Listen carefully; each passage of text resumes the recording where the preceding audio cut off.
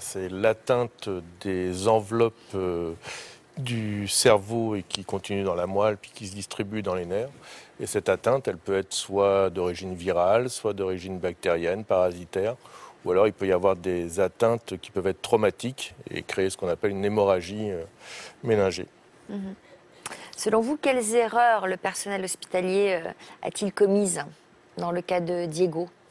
C'est toujours difficile a posteriori, mais on peut imaginer que déjà ce que raconte madame, c'est que elle a parlé d'une sorte de mollesse de son enfant. Elle ne le sentait pas tonique alors qu'il devait l'être un peu plus avant. Donc c'est un bon signe de méningite chez le nourrisson, c'est ce qu'on appelle l'hypotonie cervicale. C'est un bon signe. Et puis après, effectivement, quand le purpura arrive, on peut y penser assez rapidement.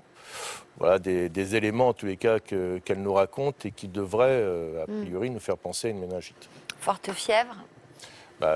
La fièvre, bien sûr, c'est un des premiers signes. Après, les signes, c'est chez les nourrissons, il ne peut pas nous dire qu'il a mal à la tête, il ne peut pas nous dire que la lumière le gêne, mais c'est surtout son aspect comportemental qui est important. Et comme vous l'avez dit, les mamans sentent bien leurs enfants et elles savent très bien qu'à un moment donné, il n'est pas comme d'habitude.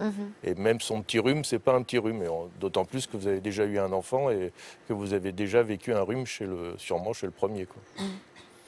Donc il faut avoir assez confiance dans ce que racontent les parents et surtout en particulier les mères quand on est hospitalier ou quand on est médecin.